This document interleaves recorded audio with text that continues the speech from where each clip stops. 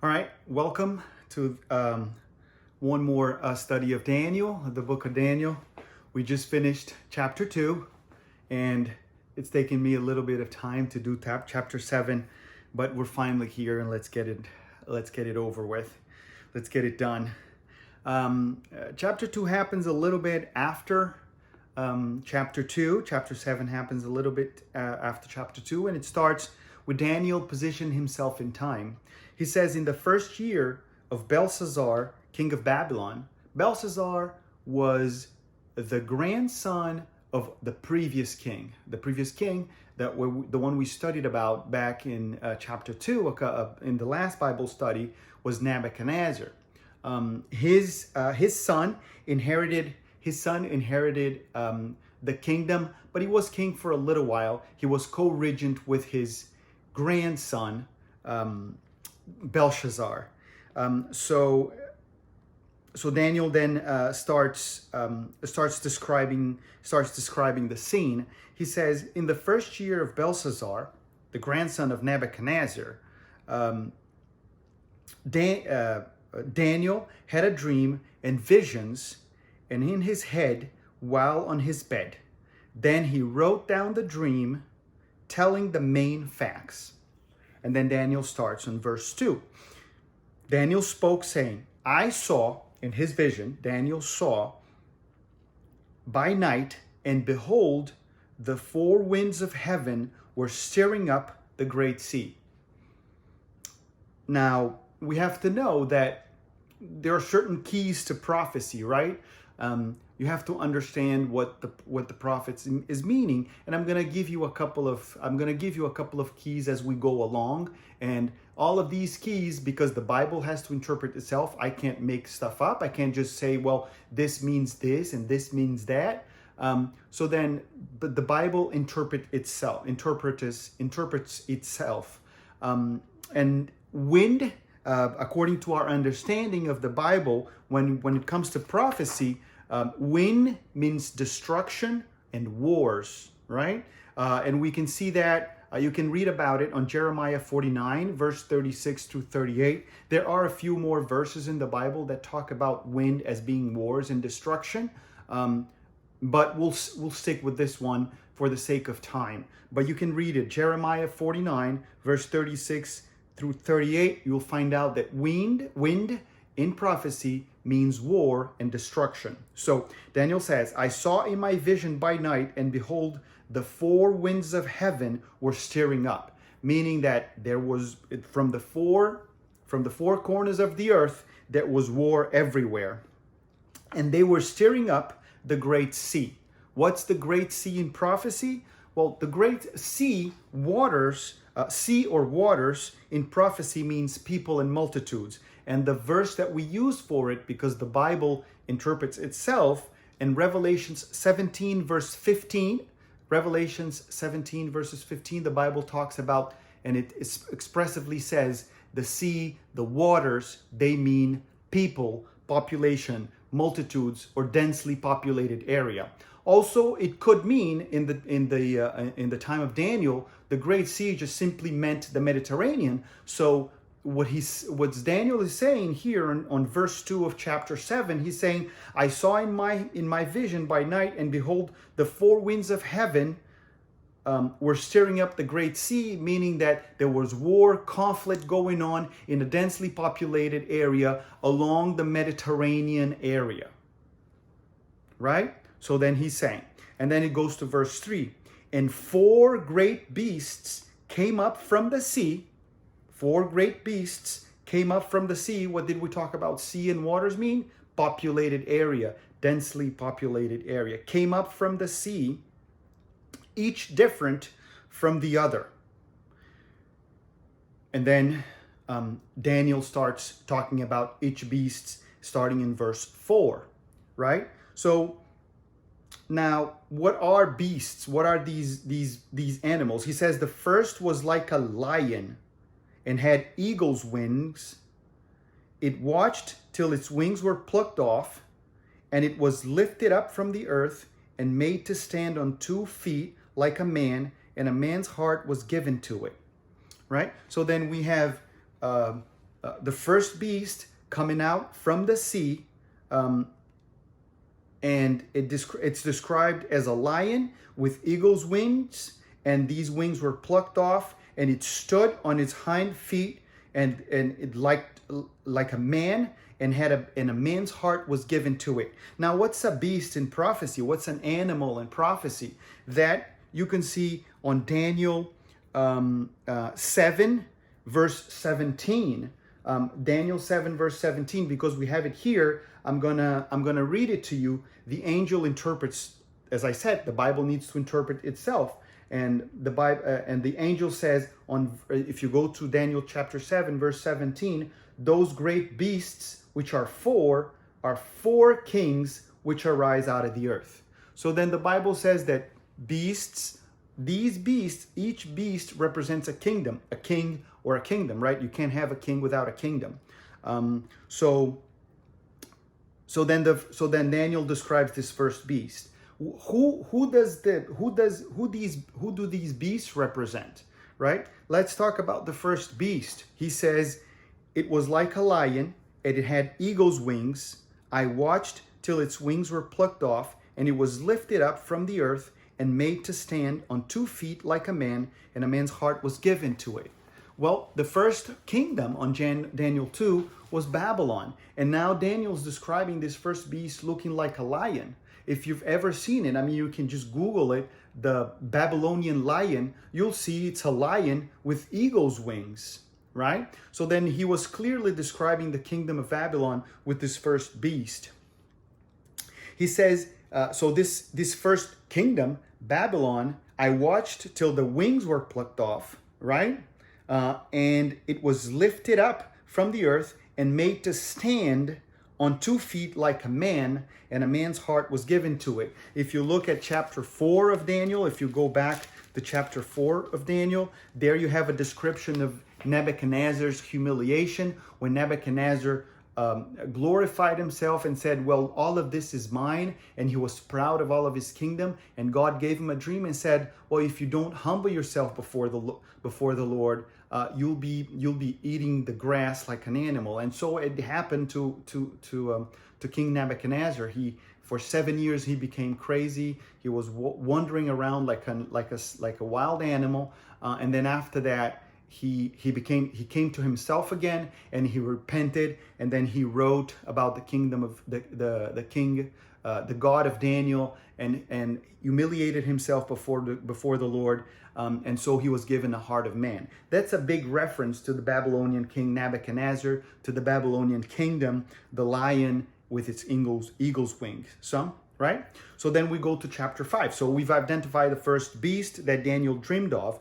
The first beast is Babylon. And suddenly another beast. So after Babylon, like we talked about on chapter 2, several kingdoms succeeding each other, Daniel says there's a second beast, meaning a second kingdom, like a bear. Now this one looks like a bear. It was raised up on one side and had 3 ribs in its mouth between its teeth. And they said thus to it, arise, devour much flesh. Now, who's the kingdom that succeeded, as we know from history, that succeeded Babylon? Well, it was Mede-Persia. The Medes and the Persian overtook King Belshazzar, and they conquered. Now, it's interesting that this prophecy goes a little more in detail compared to chapter 2. Chapter 2, it just says, well, the arms and the torso were made of silver. But in here, it gives you a lot more detail in a single verse. It says, this beast was like a bear, and it was raised up on one side, meaning that one side of the beast was stronger than the other. As we know, just by historical fact, we know that the Medes and the Persians were a single group. They were a single family, but the Persians were significantly stronger. And nowadays we know the Persian Empire a lot more than we know the Medes. But initially these two worked together. The Medes were a slightly older family. They become a political power within the Persian Empire, but the Persian Empire basically takes over and becomes the most known empire. So then it was raised up on one side. That's what Daniel says, right? One side stronger than the other, and had 3 ribs in its mouth between its teeth. So in order for Babylon, for Persia to become the main empire of the world, it had to discard three other empires. It had to get over three other empires or three other peoples, and that what the three ribs represent inside the bear's mouth. It had to destroy the Babylonians, it had to destroy the Egyptians, and it had to destroy Lydia at its time. So then it became this big power. And it said, arise and devour much flesh, meaning it conquered a big chunk of the world at the time, even bigger than the Babylonian powers, as it got all the way up to Greece, and Babylon never really got to Greece. Then verse 6 of chapter 7 says, after this I looked, and there was another. So the same, repeating. Daniel just repeats its stream. It says after in chapter 2, it says after the torso of silver, there'll be a kingdom of bronze, right? And here it says after the bear. After this, I looked, and there was another like a leopard, which had in its back 4 wings of a bird, and the beast also had 4 heads, and dominion was given to it. So as we know, the kingdom that succeeded the Persian Empire was the Greek Empire. It was a fast conquest. Alexander, by 33 years of age, just basically conquered the whole world. It had destroyed every single army that the Persians could throw at them. They gotten all the way to Iran and almost going into India. It was a fast conquest, therefore the 4 wings of the birds, right? Flying fast. And after Alexander died at the age of 33 in Babylon, his kingdom was divided into 4 big kingdoms that continued the Greek power and the Greek culture throughout the Mediterranean area, in Egypt, in the Babylonian, what today looks like Iraq, in the Greek area, and the Syrian, and what today is Syria and Israel. And these kingdoms continued throughout. It says here, the beast also had 4 heads, and dominion was given to it. And then chapter 7, it continues. As we said on chapter 2, as the powers progress, one kingdom follows the other. So does on chapter 7. Now we've discussed who this beast looks like. This third kingdom, right? The bear, which is the Greek Empire. And who succeeded the Greek Empire? It was the Roman Empire. Verse 7, after this I saw in the night visions, and behold, a 4th beast, dreadful and terrible and exceedingly strong. It had huge iron teeth, and it was devouring, breaking in pieces, and trampling the residue with its feet. It was different from all the beasts that were before it, and it had 10 horns. So then, between in verse 7, Daniel starts describing the 4th kingdom, saying that it was completely different. It was very dreadful, strong, and had big iron teeth, and Rome used iron as its main form of metal for its weapon. It had huge teeth. It was devouring, breaking in pieces. It was different from all the beasts. Interesting that the first 3 beasts, they're described as animals we know. The first one looked like a lion. The second one looked like a bear. The third one looked like a leopard. But this 4th beast, it was different. It had no relatable animal in the animal kingdom. It was different, says Daniel, from all the beasts that were before it, and it had 10 horns. Interesting that it had 10 horns. I was considering the horns, and there was another horn, a little one, coming up among them, before whom 3 of the first horns were plucked out by the roots. And there in this horn were eyes like the eyes of a man, and a mouth speaking pompous words. So then Daniel is looking at this big beast, and it looks like the beast, which doesn't look like anything else, has 10 horns. And what does horn mean in prophecy? Well, that's really easy. Horns means kingdom or king or kings. Again, beasts mean kingdoms and kings. also does horn mean kingdoms and kings? How do we know that? We go to chapter 7, verse 24 of Daniel. And the angel, which is explaining the vision to Daniel, says, the 10 horns are 10 kings. They're straightforward. The Bible gives itself the interpretation. The angel tells Daniel on verse 24 that the 10 horns are 10 kings. It's interesting that he was looking at the horn as it looks like there's a little horn. So if there's a little horn, that little horn, if a horn means a kingdom, that little horn was a small kingdom. And it was coming up from among them, and before whom 3 of the first horns were plucked out. So then in order for that little horn to grow, 3 horns from that initial beast had to fall. And they were plucked out by the roots, meaning that they stopped existing.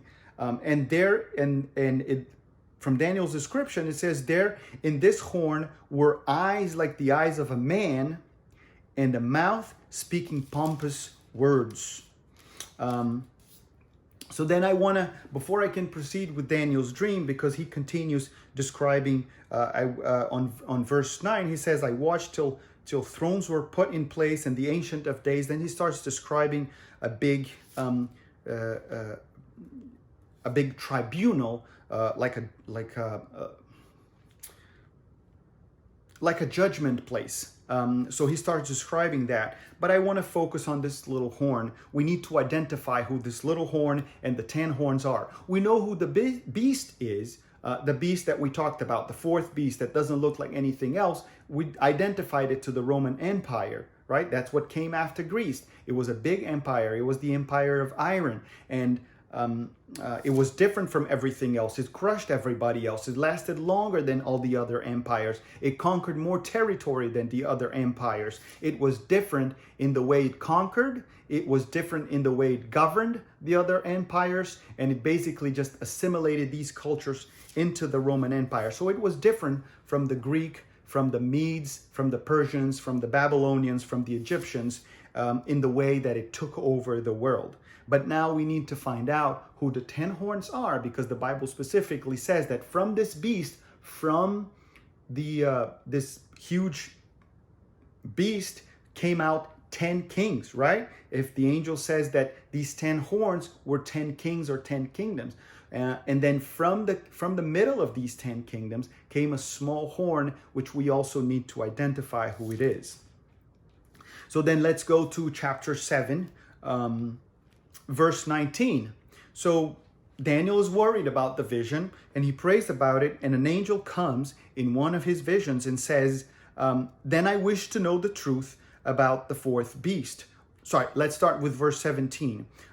The angel starts speaking to Daniel. And on verse 17, he says, those great beasts, which are four kings, which arise out of the earth, right? So then, as we discussed, the interpretation, what do animals or beasts mean? They mean kingdom. And the angel says it specifically on verse 17, those great beasts which are four kings which arise from the earth. Verse 18, but the saints of the Most High shall receive the kingdom and possess the kingdom forever, even forever and ever.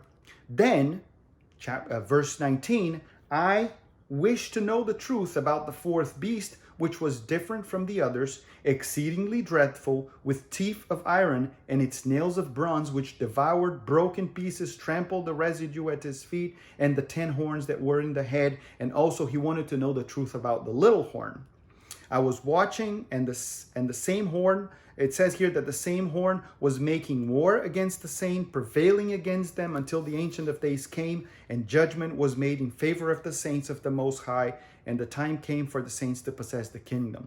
Thus he said, verse 23, thus he said, the 4th beast shall be a 4th kingdom on earth, Rome, which shall be different from all other kingdoms, and shall devour the whole earth, trample it, and break it into pieces. Then the angel says to Daniel, the 4th beast will be very different, like we talked about. It'll be the Roman Empire. It'll conquer very differently.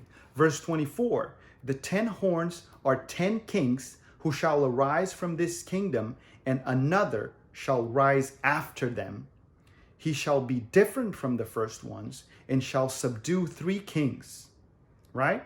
That little horn came out after the other 10 kingdoms, after the 10 horns, and 3 of the horns were plucked out in order for that little horn to appear. He shall speak pompous words against the Most High, shall persecute the saints of the Most High, and shall intend to change times and law.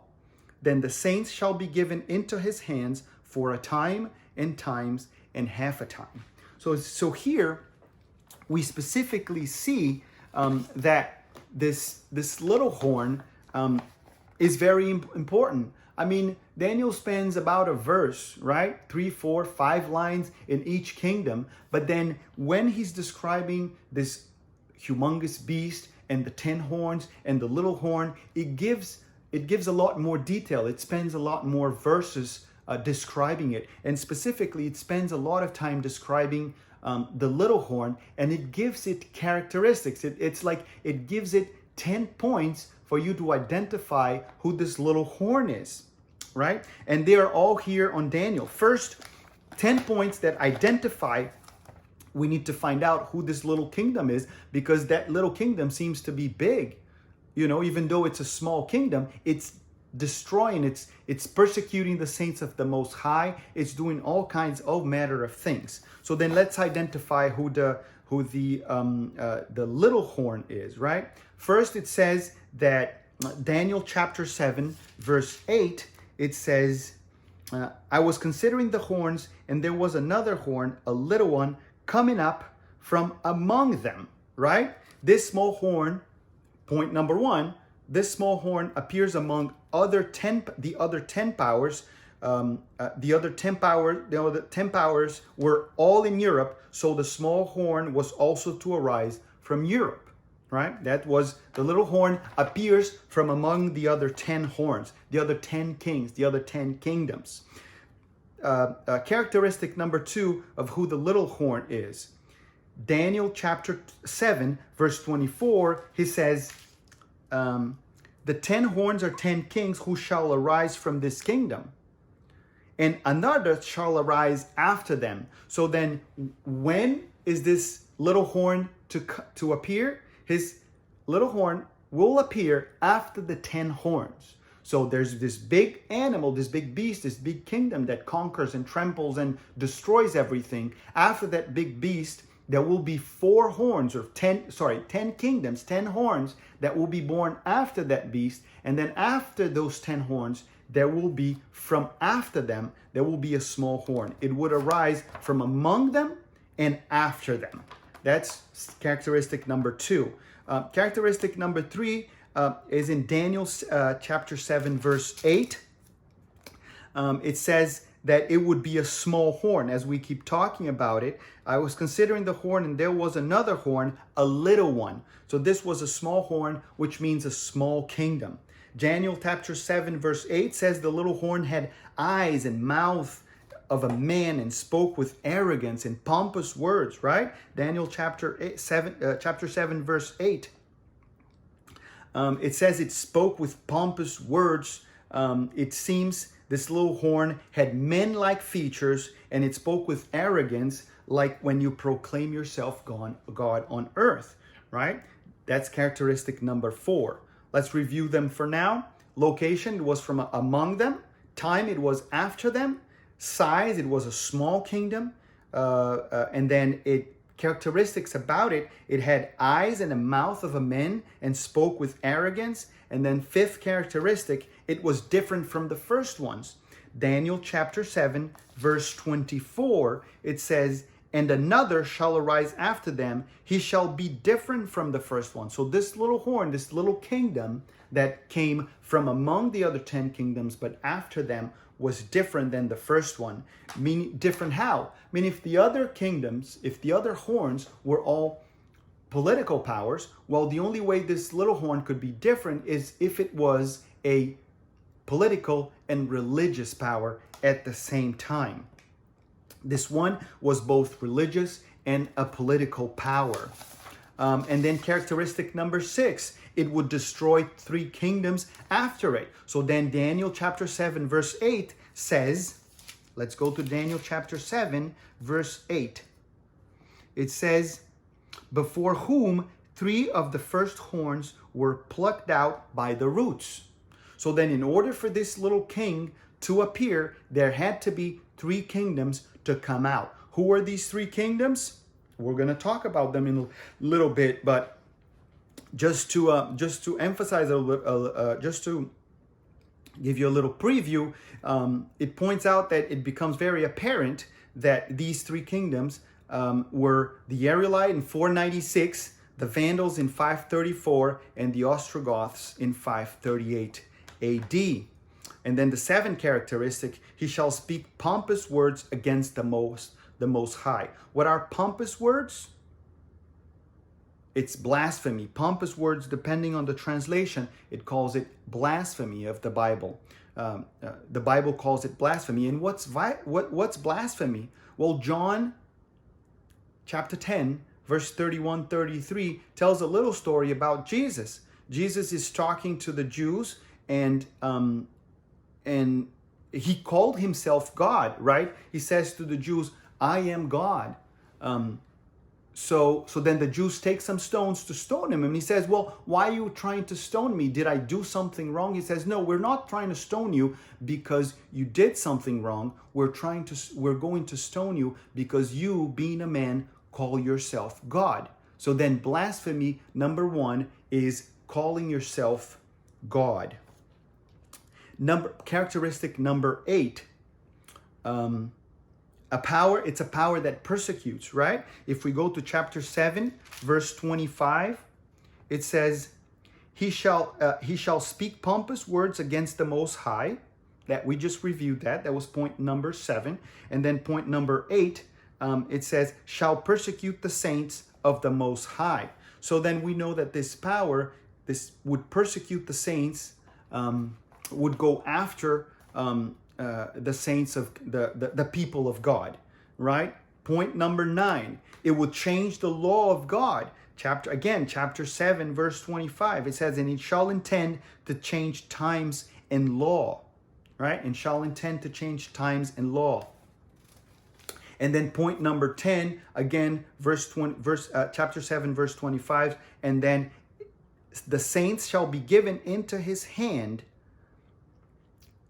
for a time, times, and half a time. So here, the chapter number 10 says how long that little horn would be powerful, right? Would possess the power to destroy the saints of the Most High, and it's very specific.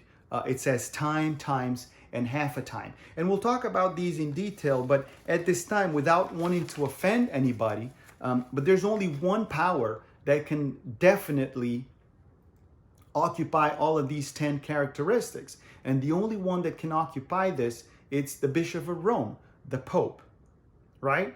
And let's review, now that we know the 10 points, let's review why I think this. Again, I have nothing against our Catholic friends who are honest in their belief in God, but I can't go against what the Bible is describing. And I am inviting you to go over this with me. So then, if we think about this little horn as the Bishop of Rome, as the Pope, as the papacy, we can start going through these 10 points one by one and see if they fit with the Pope, right? It says, the point number 1 was from among them. So then Rome comes out, gets destroyed, and then the 10 barbarian tribes, they basically occupy the space, right? I mean, Rome never really fell. That wasn't really a date where, well, Rome doesn't exist anymore, although some historians put it around 496. But there wasn't really a date. Rome just simply slowly crumbled on itself. The barbarian tribes slowly started invading the territory, occupying the Roman territory, and because they had similar culture and had been assimilated into the Roman Empire, Rome slowly crumbled, and it lost its homogeny. So who are the 10 horns that we are talking about? right? Who are these 10 tribes that we are talking about? Well, pretty straightforward, and we have them until this day, to this day in Europe, right? We have the Alemanni, that's the tribe that today became Germany. The Franks, that today became France. The Burgundians, that today live in the north of Italy and Switzerland, and the south of Germany.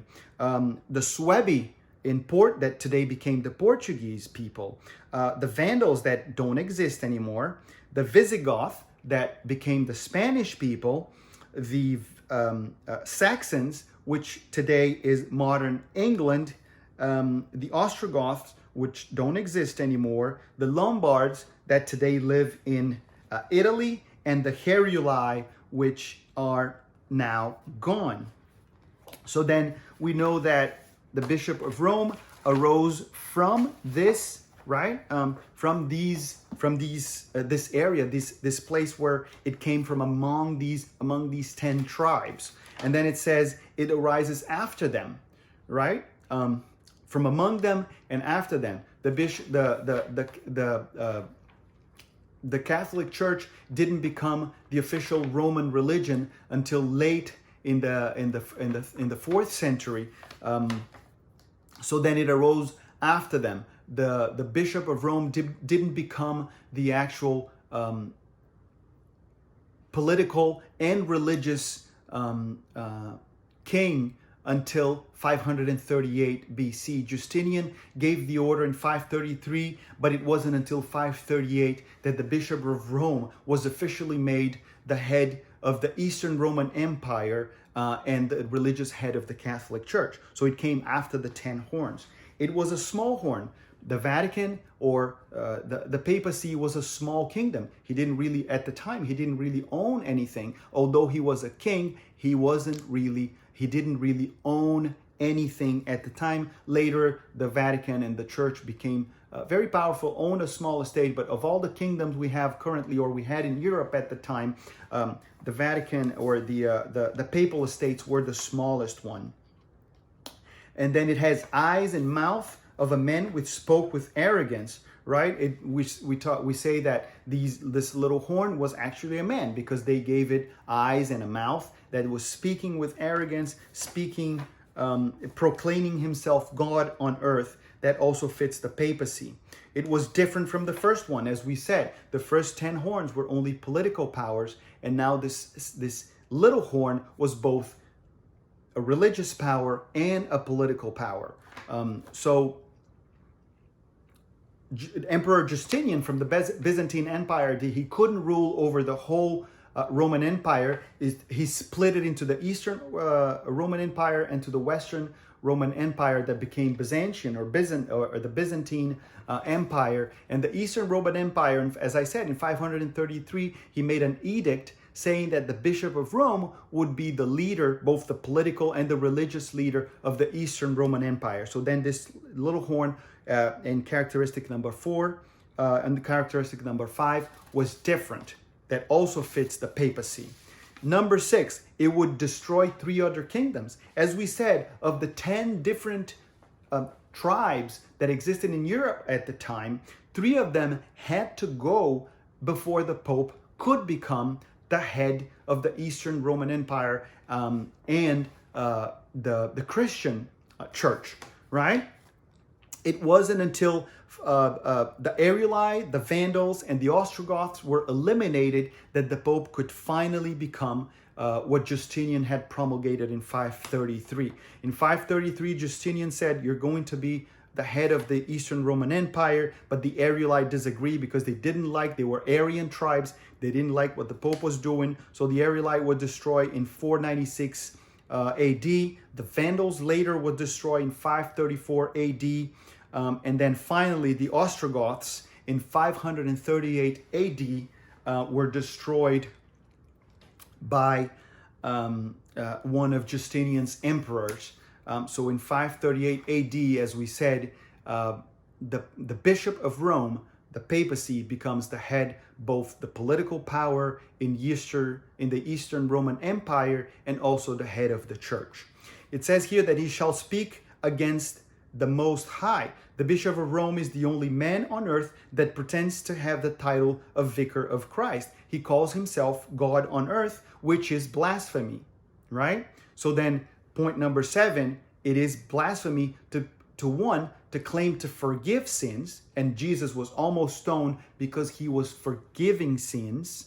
And number 2, it is also blasphemy to call oneself God, because Jesus was almost stoned when he called himself God. Now, in Jesus's case, he was God, so therefore he could forgive sins. But in the Bishop of Rome's case, in the papacy's case, he isn't God. So calling yourself God without being that, it's blasphemy. So point number 7 again meets the papacy, meets the characteristic of the Pope.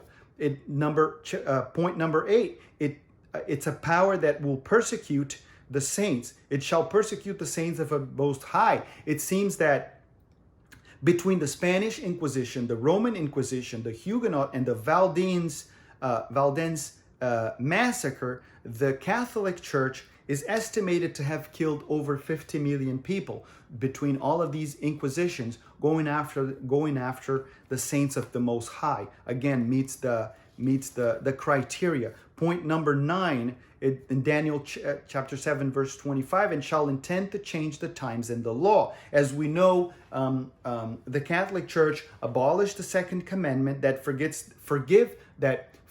the worship of images, and changed the day of worship from the Jewish seventh day to the first day of the week, which is Sunday. And the prophecy was fulfilled in that time. He shall intend to change the times and the law, meaning that he will change the law that says you shall not worship anything, any image in this earth except God. And 2, he changed the times by changing the day of worship, which is expressly says in the 4th commandment of the Bible, remember the Sabbath day to keep it holy. The Pope changed it to you should keep Sundays and all the sacred holidays. So then again, the prophecy being fulfilled by the papacy. And then point number 10, Daniel 7:25 gives a period of time during which the little horn power would reign. It says it would reign for a time, times, and half a time. And I want to spend just a little more time describing what this time, times, and half a time means, because that can be difficult, because how long is time, times, and half a time, right? So in order for us to understand, as I said, the Bible needs to interpret itself. You have to look at other places in the Bible where this same expression is either interpreted or it's described or it's written in the context. You have to understand the context of what's being said. So to understand what it means, you need to look in the same place in the Bible to look for that time again. And when you go to Revelations 12, starting on verse 1, you see a description of a story. And you can read Revelations later and see it, but you can write down these verses also. But you go to Revelations 12 and you start with verse 1, you see the description of a story. It talks about a pregnant woman and a baby and a fiery red dragon with 10 horns. Remember anything? 10 horns? Then in chapter 12, verse 6, it says, this woman fled from this dragon and hid in the desert for 1,260 days. Interesting, right? And then chapter 12 resumes the story, tells the story of a war that broke out in heaven. It identifies who this red fiery dragon is. It identifies it with Satan, that it was thrown out of heaven into the earth. And then it says on verse 13 that Satan, this red firing dragon, was cast out of heaven, and he persecuted this holy church, the church of God. And in verse 17, it says, the woman was taken from him and was hid in the wilderness for a time, times, and half a time. So John equates this descriptive time period of time, times, and half a time to a distinct amount of time, 1,260 days. Interesting, right? If you look into the Jewish year had 360 days. And given we know that one day in prophecy is equivalent to 1 year, how do we know that? Well, it's really easy. One day in prophecy is 1 year, and there are several passages in the Bible that talk about this, but I'm going to specifically talk about one, Ezekiel chapter 4, verse 6. If you go to Ezekiel chapter 4, verse 6, you see a small description there, and it's clear that 1 day means 1 year, especially when you're talking about prophecy. Not when we're talking about in the literal sense, right? But when you're talking about prophecy, God is very clear. He says 1 day equals 1 year. So then, if 1 day equals 1 year, right? And then time is 1, times is 2, and half a time is 1/2 of 1. So then if 1 year is 360 days, 2 years, 720 days, and 6 months is 180 days. So the Jewish calendar being 360 days long, 1 time, 1 year, times 2 years, half a time, half a year.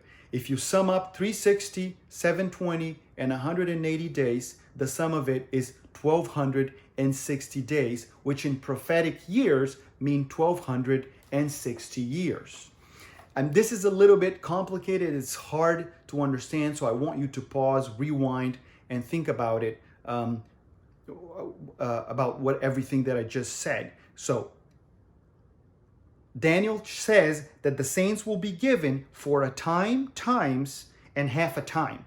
Later on Revelations, the Apostle John says that time, and half a time is equal to 1,260 days. We know that the Jewish calendar was 360 days long. If 360 days long, if 1 time is 1 year, and times, plural, is 2 years, and half a time is 6 months or half a year, then you just have to add the amount of days that you have. It's very straightforward. 360 for 1 year, 720 for 2 years, and 180 for the 6 months, for the half a year, and you get exactly 1,260 days. So then Daniel is telling us that the time this little horn will reign supreme would be of 1,260 years. 1,260 days, time, times, and half a time, or in prophecy, 1,260 years. So then, if the papacy, if we're talking about the papacy as being that little horn, it had to be reigning supreme for 1,260 days, otherwise it wouldn't be true, right? So then what do we see? Where do we start in the prophecy of the 1,260 days? Well, that's straightforward. Basic knowledge of history will tell you that, as I said before, in 533 AD, Justinian, the Byzantine emperor, realizes he can't control the East and the Western Roman Empire. He makes an edict in 533 where he effectively makes the Bishop of Rome the head of the church, the unquestionable head of the Eastern Roman Empire. Unfortunately, that wouldn't happen until 538 AD, right? Before the last of the 10 tribes would fall. We talked about them before. The last of the 10 tribes to fall was the Ostrogoths in 538. So once General Belisarius from the Byzantine Empire broke the siege of Rome in 538 and freed the Pope from the Aryan tribe of the Ostrogoths, the Pope was free. He was free to fulfill what the Justinian Emperor had done in the Edict of 533, and starting in 538, effectively the Bishop of Rome becomes the head of the Eastern Roman Empire, as well as the head of the Christian Church at the time, the Catholic Church later on. How long would it last? We said 1,260 years. Well, 538 plus 1,260 years, that means 798.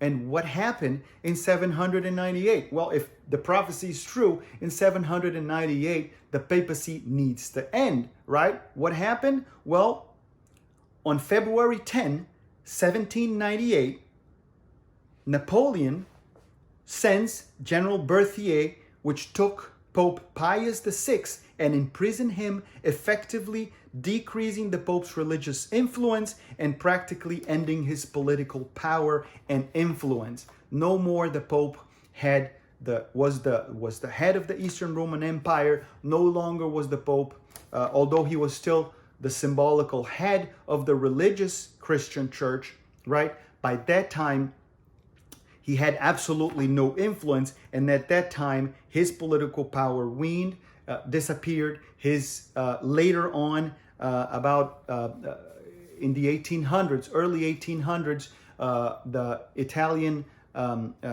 political power removed all of the Pope's estates and effectively ending the political power of the Bishop of Rome. So we see how precise the prophecy is. There isn't a single empire or a single person that meets all of these 10 criteria that Daniel leaves in his book for us to identify it.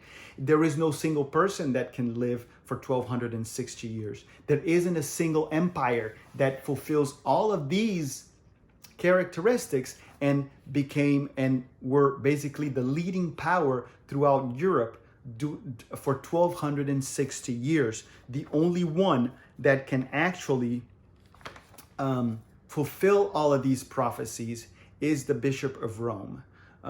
So then Daniel concludes, right, the chapter. He says, well, this power. So then we're done with verse 25. We go to verse 26. It says, but the court shall be seated, and they shall take away his dominion, to consume and destroy it forever. Then the kingdom and dominion and the greatness of the kingdoms under the whole heaven shall be given to the people of the saints of the Most High. His kingdom is an everlasting kingdom, and all dominions shall serve and obey him. So just like in Daniel chapter 2 that we just reviewed, at the end, that big stone that was uncut by hands just came out at the feet of the statue, destroyed the whole statue, and filled the earth. The same thing on Daniel chapter 7. He's talking specifically about at the end of these 1260 days, at the end of the dominion, finally this little horn, or the papal power, the papal system, not, again, I want to be very clear, not the faithful that are within. There are many people who are honestly following this in the Catholic Church that are very honest about their religion. They are very honest. They love Jesus. They love God. So this is not a reproach against them. It's actually a description of the papal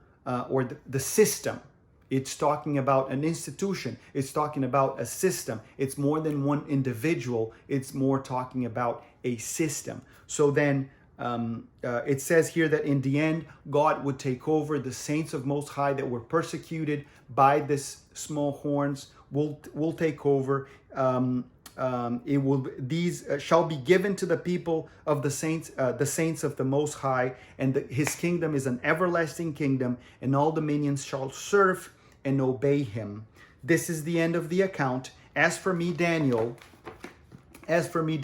my thoughts greatly troubled me, and my countenance changed, but I kept the matter in my heart. That's verse 28. So then we were able to identify who these four beasts were. The first one, let's review it shortly. The first one was Babylon, followed by Greece, followed by Babylon was the lion, followed by Persia, which was the bear, followed by Greece, which was the leopard, followed by this great beast that he cannot identify, that was later identified as the Roman Empire, followed by 10 kingdoms, which are identified in the prophecy by the 10 horns, followed by a small horn that uproots the other 3 horns before it becomes great, and it reigns and it persecutes the saints of the Most High. It blasphemes against God, and it rules for 1260 years. As I said, the only power that can fulfill this is the system of the papacy. It fulfills all 10 characteristics. So, not my intent to offend anybody, but we just have to look at the Bible and understand what it says. Feel free to rewind this video, listen to it. Drop any questions that you have below, so we can try to answer them in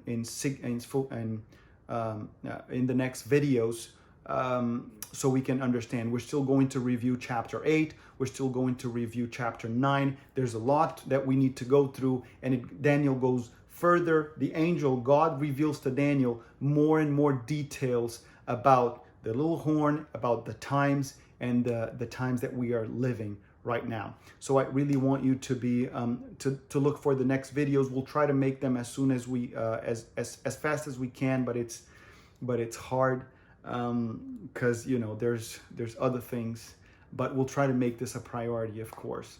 Hopefully you like this. Hopefully it wasn't too difficult.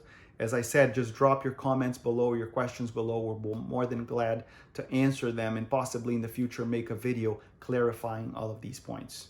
The Bible explains itself. Stay tuned. We'll be back with chapter 8.